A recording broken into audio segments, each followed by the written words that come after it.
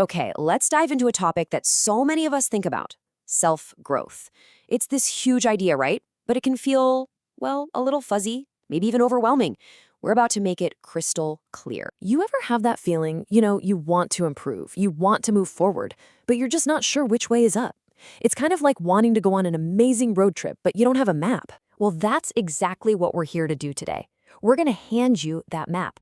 We're taking that big, vague desire for growth and turning it into a clear, navigable path you can actually follow. Yeah, the goal here is to take growth from this giant abstract cloud hanging over your head and turn it into a super practical guide, something you can start using like today to bring real intention to how you develop as a person. All right, so here it is. This is the main tool that's going to guide us, the personal growth compass.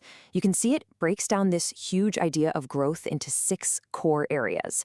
Think of them as the cardinal directions for a really well-rounded, fulfilling life. So let's explore each one. First things first, we're going to look inward. We'll kick things off with the 2 dimensions that really form the foundation of our inner world: our mind and our emotions. Because you know what? Getting these right, it powers everything else. So our first direction is mental development. This is all about staying curious, about actively expanding your mind. And it's not just about, cramming for a test. It's about building what we call a growth mindset, that core belief that challenges aren't just roadblocks, they're actually opportunities to learn something new. So how do you actually do this? Well, it can be as simple as reading a book or taking an online course, for sure. But real mental growth, that happens when you actively engage your brain, when you wrestle with a tough problem or seek out a really stimulating conversation. Or, and this is a tough one, when you're brave enough to really consider a perspective that completely challenges your own. Next up, emotional intelligence. Man, this is a big one. This is your ability to understand and navigate the incredibly complex world of feelings, and not just your own, but the feelings of the people all around you. It is an absolutely crucial skill for building strong relationships and just feeling at peace with yourself. And look at this. This isn't just some random list. These pillars actually build on each other. It all starts with self-awareness, just recognizing what you're feeling. That lets you move to self-regulation so you can manage that feeling instead of it managing you. And once you get that down, it's so much easier to have empathy for other people. You put it all together and bam, you've got the social skills and stress management to handle pretty much anything life throws at you. Okay, so we've talked about our inner world of mind and emotion. Let's broaden our focus a bit. The next 2 directions on our compass are all about nurturing our entire being, the physical body we live in the spirit that drives us. I know it might seem obvious, but physical well-being is a dimension of growth that, let's be honest, is so often the first thing we sacrifice when life gets busy. But this isn't about becoming a super athlete overnight. It's about the small, sustainable, daily habits. Good food, moving your body, and especially getting enough rest. That's what gives you the raw energy and resilience for everything else. This quote just nails it. Think about it for a second.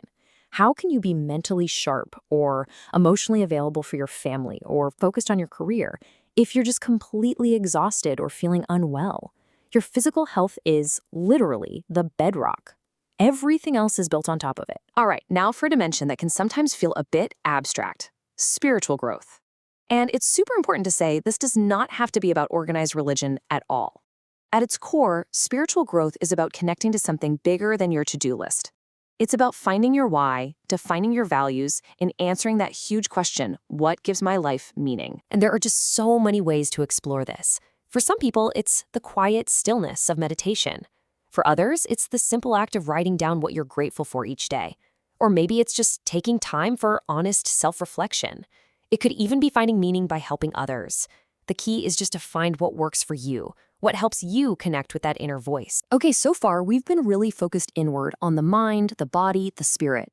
Now let's pivot and see how all that growth actually shows up out in the real world, through our connections with other people and through the work that we do. We're social creatures, right? It's just baked into our DNA. So it's no surprise that our growth is deeply, deeply tied to our connections. Social development is all about the quality of those bonds, how we communicate, how we support each other, and how we feel like we're part of a community. And the skills here are so powerful. We're talking about more than just talking. It's active listening, making someone feel truly heard. It's about setting healthy boundaries to protect your own energy and well-being. And ultimately, it's about consciously building a circle of people who lift you up and who you can lift up in return. And finally, our sixth direction, career and professional advancement. I mean, we spend a huge chunk of our lives at work, so of course it's a massive arena for personal growth. This is about being intentional and proactive in your professional life, not just kind of letting it happen to you. This means looking at your career like a strategist. Are you learning the skills you're going to need in a few years? Are you developing as a leader even if you don't have a title? Are you building a professional network that can support you? It's all about reframing your job as a path for continuous learning and contribution. Okay, we've walked through all 6 directions on the compass. Now for what I think is the most important part. Let's zoom back out and see how to use this thing as one single powerful tool for a more holistic life. And here it is. This is probably the most crucial insight of this whole explainer. These 6 dimensions are not a checklist. It's not like you finish physical health and then move on to spiritual growth. No way. They are all interconnected points on a compass, constantly influencing and affecting each other. So how do you actually use this compass? Well, it's a pretty simple 3-step process. First, just acknowledge that all 6 of these areas are real, valid, and important parts of your life. Second, choose your direction. You can't work on everything all at once, so just ask yourself, where does my energy need to go right now? And finally, and this is key, enjoy the journey. Give yourself permission to see growth as a lifelong process, not some finish line you have to cross. This right here is the main takeaway. True, lasting growth is holistic. Just think about it for a second. If you completely burn yourself out physically, your career performance is going to suffer, right? If you ignore your emotional well-being, your friendships and relationships are going to start to fray. You can't just prop up one area for long while letting another one completely collapse. It's all connected. So I'll leave you with this question to think about. Take a second and just look at your own personal compass. Of these 6 directions, mental, emotional, physical, spiritual, social, and career, which one is calling out for your attention right now? Where are you going to take your first step?